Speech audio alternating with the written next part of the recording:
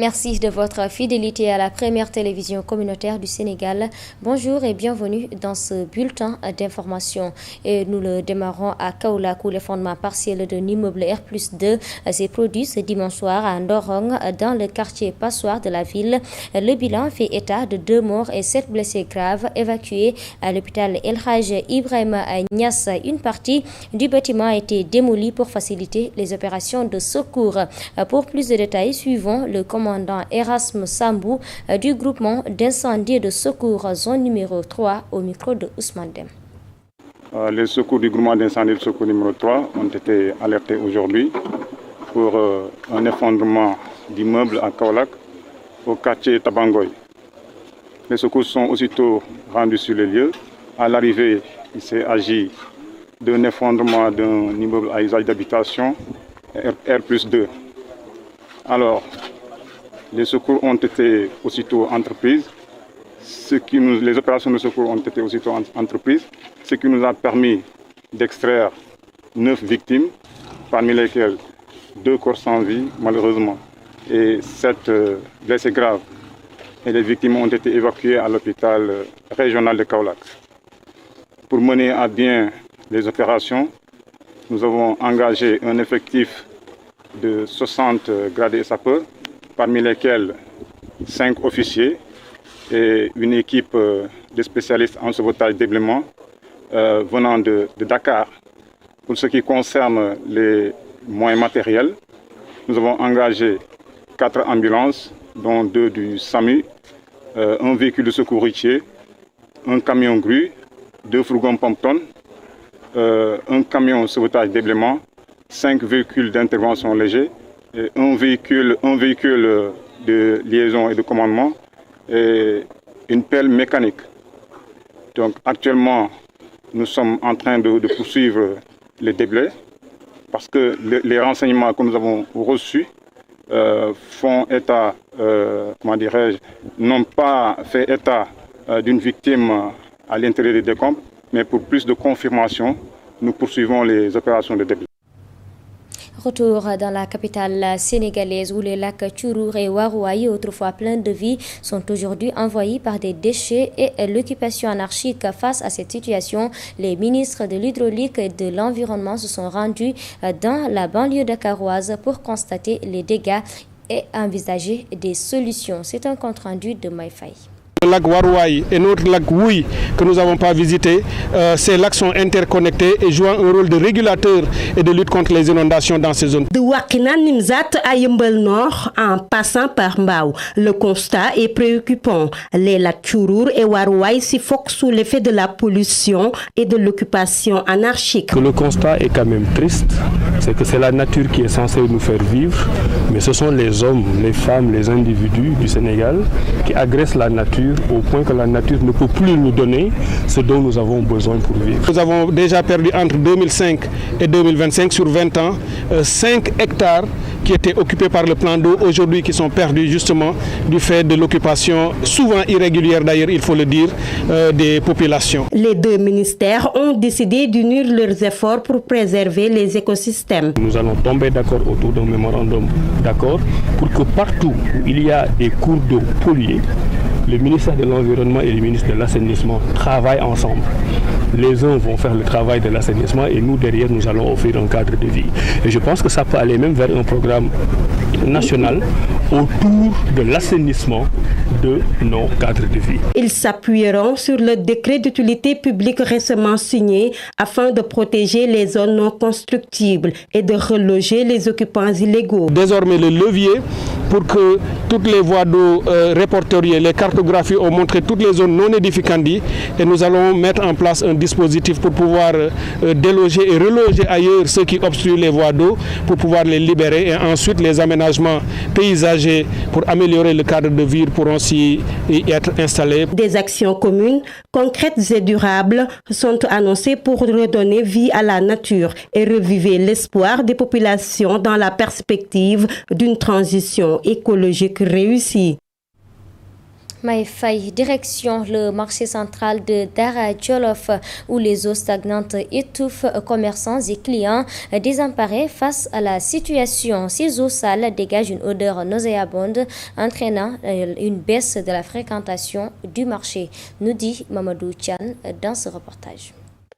Depuis le début de l'hivernage, le marché central de Dara est ceinturé par des eaux stagnantes. Des saletés de toutes sortes, mélangées avec des flaques d'eau, constituent une psychose pour les usagers. L'eau est mauvaise et dégage une mauvaise odeur. Il y a trop de moustiques, ce qui provoque des maladies. Tout ce qu'on gagne sert à acheter du détergent. C'est sur les eaux que nous installons nos tables pour vendre, même si c'est interdit. Personne ne nous aide. Et partout où nous allons, on nous demande de partir. Fréquentation au niveau du marché central de Dara. Et si l'eau stagne 2 jours, 3 jours, ça nous donne une odeur nauséabonde qui donne des nausées, des maux de tête, qui nous donne beaucoup de maladies. Les insectes par-ci, par-là. Pour arriver au marché, c'est un problème grandiose. Les clients fuient à cause de ça. C'est un problème majeur. Nous avons sollicité les autorités par-ci, par-là, mais on ne fait que des promesses non tenues, des promesses, seulement des promesses. Personne n'est venu ici. Ce matin, ce sont les jeunes de Idriss Sambou qui ont fait ceci-là. Ils ont aménagé cette parcelle-là. C'est extraordinaire. Les vendeurs trouvés au marché central se disent laissés en rade par les autorités municipales. Ils interpellent la mairie à trouver une solution rapide pour donner au marché central son lustre d'antan. Nos tentatives pour joindre le maire sont restées vaines. La rentrée scolaire se prépare activement sur l'étendue du territoire national. À Kédougou, le gouverneur adjoint Mohamedoul Moustapha Gaye a présidé un comité régional de développement sur l'année scolaire 2025-2026. La rencontre a réuni les acteurs de l'éducation, une occasion pour le gouverneur de revenir sur le concept Ubitei Djang Tei. Il est au micro de Mamadou Sissé. Donc, à l'image du conseil interministériel qui est tenu au niveau central pour préparer les rentrées scolaires au niveau régional, nous tenons ces rencontres pour faire le point sur l'état des préparatifs. Nous n'avons pas attendu le mois d'octobre pour préparer la rentrée, mais il était important de réunir l'ensemble des acteurs régionaux autour de cette rencontre pour faire le point, faire l'état des lieux pour voir les efforts qui ont été consentis pour une rentrée sereine et voir quels sont les points d'amélioration afin de donner les instructions nécessaires et toutes les recommandations pour qu'on puisse avoir une rentrée effective à la date du 8 octobre. Les recommandations vont d'abord dans le sens de la prise en compte des problèmes qui ont été relevés. À travers les points de situation qui ont été faits par l'inspecteur d'académie en relation avec ces inspecteurs de l'éducation et de la formation, nous avons vu que certains établissements méritaient une certaine attention par rapport à leur embellissement, par rapport également à la désinfection, au désherbage et à la prise en charge des questions liées à la présence de l'eau dans certaines cours. Ce jour, nous pouvons dire que les recommandations vont dans le sens de continuer les efforts qui ont été jusque-là consentis, de faire en sorte que les acteurs de l'éducation, que ce soit les parents d'élèves, les inspecteurs de l'éducation et de la formation, les inspecteurs d'académie, les enseignants, les partenaires techniques et financiers, les collectivités territoriales, chacun en ce qui le concerne puisse prendre toutes les dispositions nécessaires pour mettre en œuvre les actions relevant de leurs compétences pour qu'on puisse avoir une rentrée paisible et une année scolaire porteuse de tous les résultats positifs.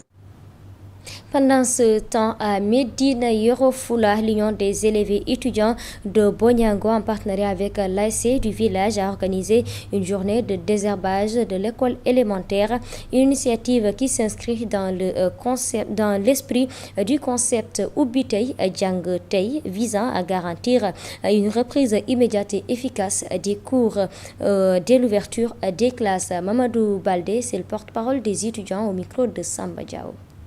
Notre présence effective à l'école élémentaire, c'est pour organiser un 7-7 sur le but de permettre aux élèves et aux enseignants de bien effectuer la rentrée scolaire avec une école qui est propre, sans ordure, au moins pour respecter le concept d'égalité. Comme d'habitude, même avec une école sale, nous avons l'habitude de le constater ici à l'école élémentaire de Bognamo. Dès le premier jour, les enseignants sont présents, les élèves sont présents, mais souvent ils rencontrent des difficultés. Et s'il se trouve que cette année, alhamdoulilah, l'école est bien propre, donc ce qui est sûr et certain que ce concept sera bien respecté à l'école élémentaire de Bognamo. On va dire aux enseignants qu'on les attend dès le 6, qui est la rentrée des enseignants. On les attend avec impatience. Comme d'habitude, ils n'ont même pas erreur à partir au 7, voire même le 8. Ils n'ont qu'à venir le 6.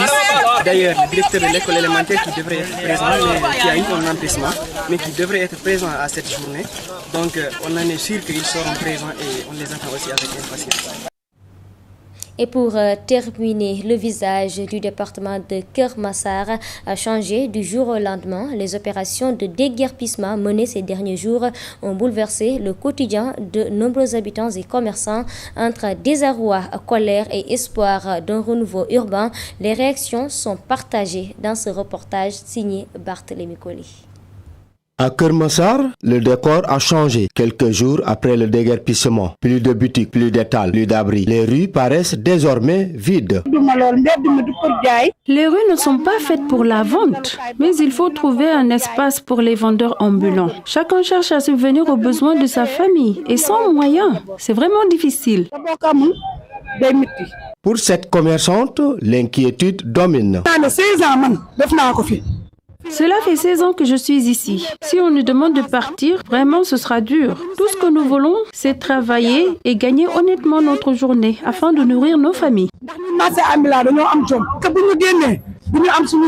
Mais si certains habitants saluent l'initiative, d'autres dénoncent l'injustice.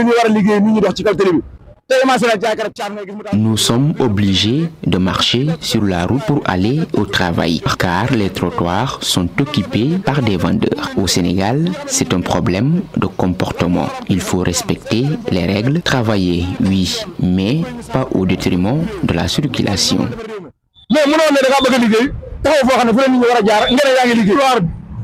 Du jour au lendemain, enlever tous ces gens-là sont des pères de famille. Il faut s'organiser, essayer de voir, leur trouver d'abord des endroits où ils peuvent se loger, ils peuvent exercer leur métier. Mais le problème, c'est qu'on laisse d'autres. Au moment où on déguerpit les ambulants, on laisse d'autres. Ça apparaît de pas mal d'espace. Pourquoi ils le font? C'est de l'injustice. À Keur Massar, les avis divergent. Entre pertes économiques et espoir d'un meilleur cadre de vie, le déguerpissement divise. Mais tous attendent désormais la même chose, des solutions concrètes. Barthélémy Colli, merci. Merci à vous, chers téléspectateurs de la radio-télévision communautaire. C'est la fin de ce bulletin d'information. Restez avec nous. Maïfaï et ses invités seront là pour votre matinale communautaire. Quant à moi, je vous donne rendez-vous ce soir pour la grande édition en Wolof.